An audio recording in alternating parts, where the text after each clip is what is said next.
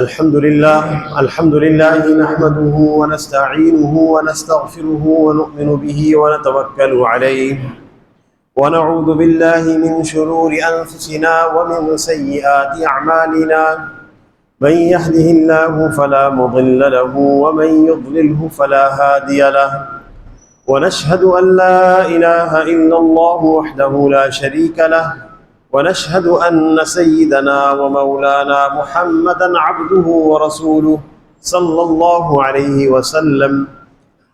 أعوذ بالله من الشيطان الرجيم. بسم الله الرحمن الرحيم.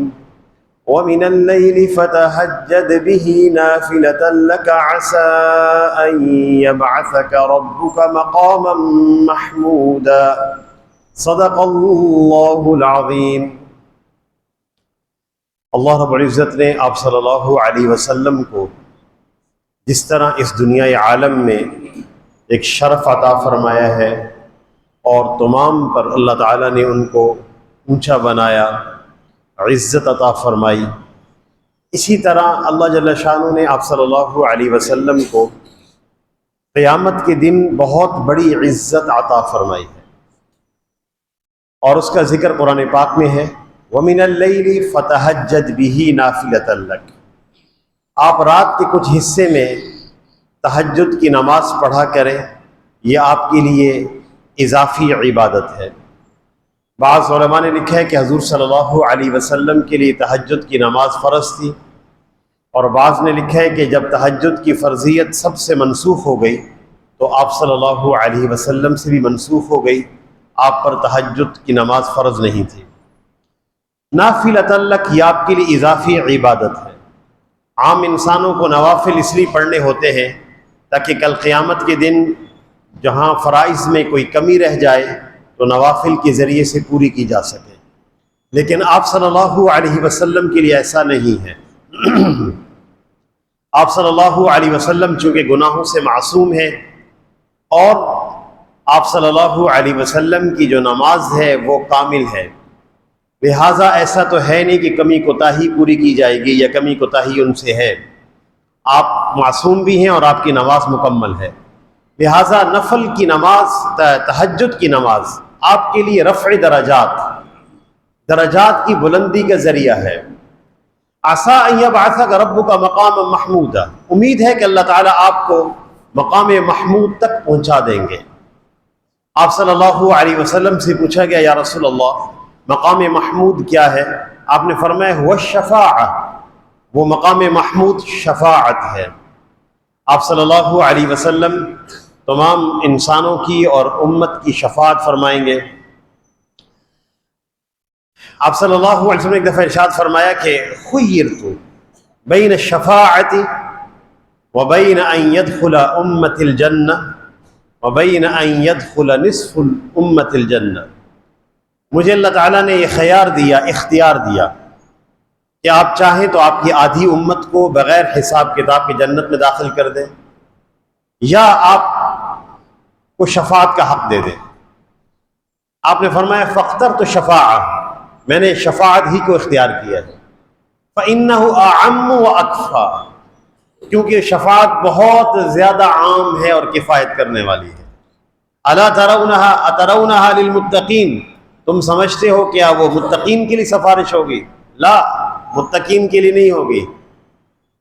بل للخطائین المذنبین المتلوثین، وہ گناہگار لوگوں کے لیے ہوگی، خطا کار لوگوں کے لیے ہوگی، جنہوں نے اپنے آپ کو گناہوں میں گندہ کر لیا، ان کے لیے ہوگی. اور پھر نبی صلی اللہ علیہ وسلم نے فرمایا کہ میں اتنے انسانوں کی سفارش کر دوں گا جتنے دنیا میں درخت اور پتھر ہیں، اتنے انسانوں کی سفارش کر دوں گا. حضور صلی اللہ علیہ وسلم کے شفاعت کے کئی درجے ہیں. آپ کی ایک شفاعت ساری انسانیت کے لیے ہے، جیسا کہ بخاری شریف کی روایت میں بھی ہے کہ آپ صلی اللہ علیہ وسلم میدان حشر میں ہوں گے. جب سب انسان میدان حشر میں جمع ہوں گے اور اتنا مجمع ہو جائے گا کہ لوگ ایک دوسرے میں گھس رہے ہوں گے اور سورج بہت قریب ہوگا، اللہ جل شانہ حساب و کتاب شروع نہیں فرمائیں گے. تو انسان یہ چاہیں گے کہ اللہ ہمارا حساب لے لے، چاہے جہنم میں داخل کر دیں لیکن ہمارا حساب لے لیں۔ تو لوگ حضرت آدم علیہ السلام کے پاس حاضر خدمت ہوں گے، اشفع لنا الی ربک، آپ اللہ کے حضور درخواست کر دیں ہمارا حساب لے لیں، سفارش فرما دیں۔ وہ آگے سے جواب دیں گے لست لہا، میرا یہ مقام نہیں ہے، ولیکن علیکم بابراہیم فانہ خلیل الرحمن، تم ابراہیم علیہ السلام کے پاس چلے جاؤ، وہ رحمان کے خلیل ہیں، وہ سفارش کر دیں۔ تو حضرت ابراہیم علیہ السلام کے پاس لوگ آئیں گے، وہ بھی آگے سے جواب دیں گے لست لہا، میرا یہ مقام نہیں ہے، ولیکن علیکم بموسیٰ فانہ کلیم اللہ، موسیٰ علیہ السلام کے پاس چلے جاؤ، وہ اللہ کے کلیم ہیں۔ لوگ ان کے پاس جائیں گے، وہ آگے سے کہیں گے لست لہا، یہ میرا مقام نہیں ہے، علیکم بعیسیٰ فانہ روح اللہ وکلمہ، عیسیٰ علیہ السلام کے پاس چلے جاؤ، وہ اللہ کی روح ہیں، اللہ کا کلمہ ہے۔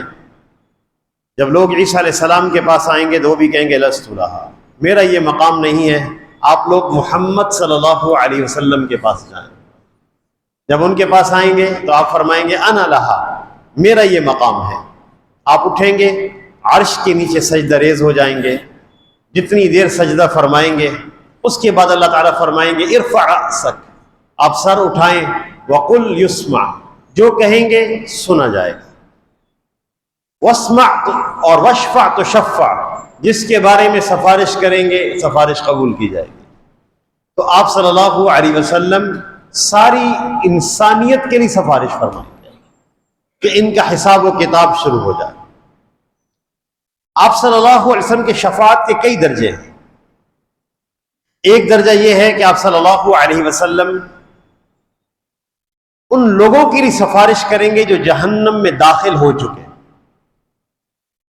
آپ فرماتے ہیں کہ میں پھر سجدہ ریز ہو جاؤں گا، سجدہ کروں گا، اعلان ہوگا ارفع رأسک، آپ سر اٹھائیں، وقل تسمع، وقل یسمع، جو کہیں گے سنا جائے گا، واشفع تشفع، جس کے بارے میں سفارش کریں گے قبول کی جائے گی۔ تو آپ صلی اللہ علیہ وسلم درخواست کریں گے کہ میری امت کے لوگوں کو جہنم سے نکال دیں، تو اللہ جل شانہ فرمائیں گے اخرج منہا، آپ خود جائیں اور ان لوگوں کو جہنم سے نکالیں، من کان فی قلبہ مثقال شعیرۃ من ایمان، جن کے دل میں جو برابر ایمان ہے، نکال دیں۔ آپ ان کو نکالیں گے، پھر سجدہ ریز ہو جائیں گے۔ اللہ جل شانہ پھر فرمائیں گے ارفع رأسک، سر اٹھائیں، جو سوال کریں گے قبول کریں گے، آپ کی بات سنی جائے گی، سفارش قبول کی جائے گی۔ تو آپ صلی اللہ علیہ وسلم اپنی امت کے بارے میں دوبارہ سفارش فرمائیں گے، تو اللہ جل شانہ فرمائیں گے اخرج منہا، آپ جائیں اور ان کو نکال کے لے آئے، من کان فی قلبہ مثقال خردل، جن کے دل میں رائی برابر ایمان ہے، آپ تشریف لے جائیں گے، ان کو نکال کے لے آئیں گے، پھر سجدہ ریز ہو جائیں گے۔ اللہ جل شانہ فرمائیں گے ارفع رأسک، سر اٹھائیں، پوچھیں، جو سوال کریں عطا کیا جائے گا، سفارش قبول کی جائے گی۔ تو آپ صلی اللہ علیہ وسلم درخواست کریں گے تو اللہ جل شانہ فرمائیں گے آپ تشریف لے جائیں اور اس کو بھی اپنی امت میں سے ان لوگوں کو بھی نکال کے لے آئیں جن کا ایمان رائی سے بھی کم ہے، ادنا اس درجے سے بھی کم ہے۔ آپ پھر سجدہ ریز ہو جائیں گے، 4 دفعہ اپنی امت کی سفارش فرمائیں گے، سجدہ ریز ہو جائیں گے اور درخواست کریں گے، اور آپ یوں فرمائیں گے کہ یا اذن لی، مجھے اے اللہ ان لوگوں کے بارے میں اجازت دے دیں جنہوں نے لا الہ الا اللہ کہا ہوا ہے، بس کوئی عمل نہیں ان کا۔ تو اللہ جل شانہ فرمائیں گے کہ لأخرجن منہا عزتی و جلالی، یہ تو میری عزت اور جلال کی قسم، جس شخص نے لا الہ الا اللہ محمد رسول اللہ کہا ہے میں اس کو جہنم سے نکال دوں گا۔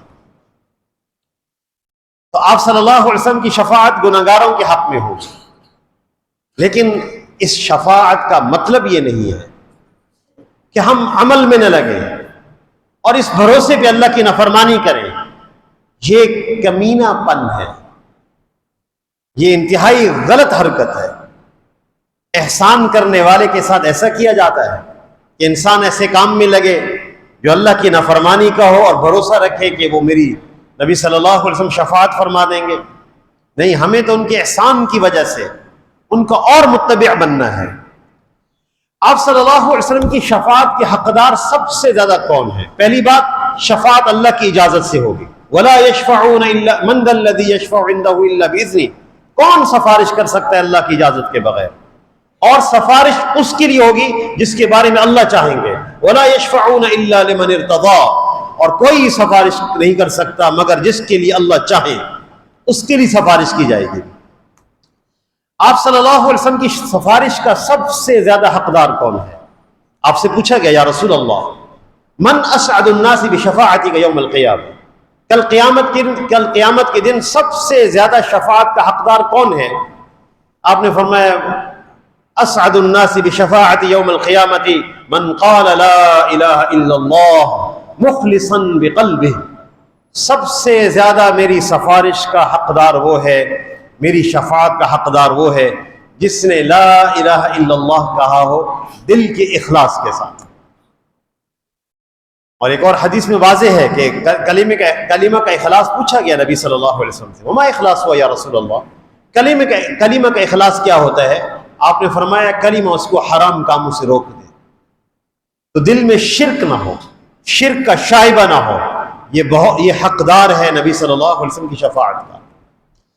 اور اسی طرح آپ صلی اللہ علیہ وسلم کی شفاعت کا وہ بہت بڑا حقدار ہے جو اذان کے جواب میں اذان کے بعد یہ والی دعا پڑھے، من قال حین یسمع النداء، جس نے اذان سنی اور اذان سننے کے بعد یوں کہا اللہم رب ھذہ دعوۃ التامہ، اے رب، اے وہ اللہ جو کامل پکار کا رب ہے، کامل دعوت کا رب ہے، والصلاۃ القائمہ، قائم ہونے والی نماز کا رب ہے، آتی محمد الوسیلہ، آپ صلی اللہ علیہ وسلم کو آپ وسیلہ عطا فرما دیں، وسیلہ جنت کا ایک مقام ہے، والفضیلہ، آپ ان کو فضیلت عطا فرمائیں، وابعثہ مقاما محمودا الذی وعدتہ، اور ان کو اس مقام محمود تک پہنچا دیں، یعنی شفاعت کے مقام تک پہنچا دیں جس کا آپ نے ان سے وعدہ کیا ہے، انک لا تخلف المیعاد، اور آپ وعدہ کی خلاف ورزی نہیں کرتے۔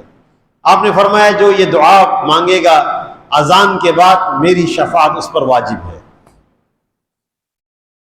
آپ صلی اللہ علیہ وسلم کی شفاعت کا وہ شخص بڑا حقدار ہے جو اللہ اس کے رسول کی اطاعت کرے، من یطع اللہ والرسول، جو اللہ اس کے رسول کی اطاعت کرے گا، فاولئک مع الذین انعم اللہ علیہم من النبیین والصدیقین والشہداء والصالحین وحسن اولئک رفیقا، اس کا حشر نبیوں کے ساتھ، صدیقین کے ساتھ، اور شہداء کے ساتھ اور صالحین کے ساتھ ہوگا۔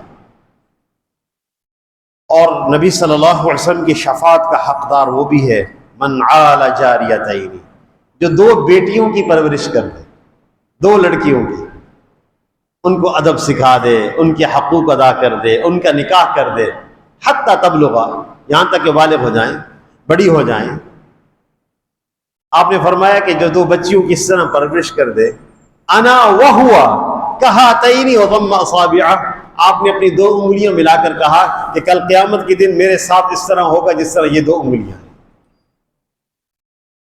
تو لہٰذا نبی صلی اللہ علیہ وسلم کی شفاعت کے ہم سب امیدوار ہیں، لیکن ایسے عملوں میں ضرور لگنا چاہیے جو حضور صلی اللہ علیہ وسلم کی شفاعت کا ذریعہ ہے۔ اللہ تعالیٰ سے دعا ہے کہ اللہ ہم سب کو عمل کی توفیق عطا فرمائے۔ وآخر دعوانا ان الحمد للہ رب العالمین۔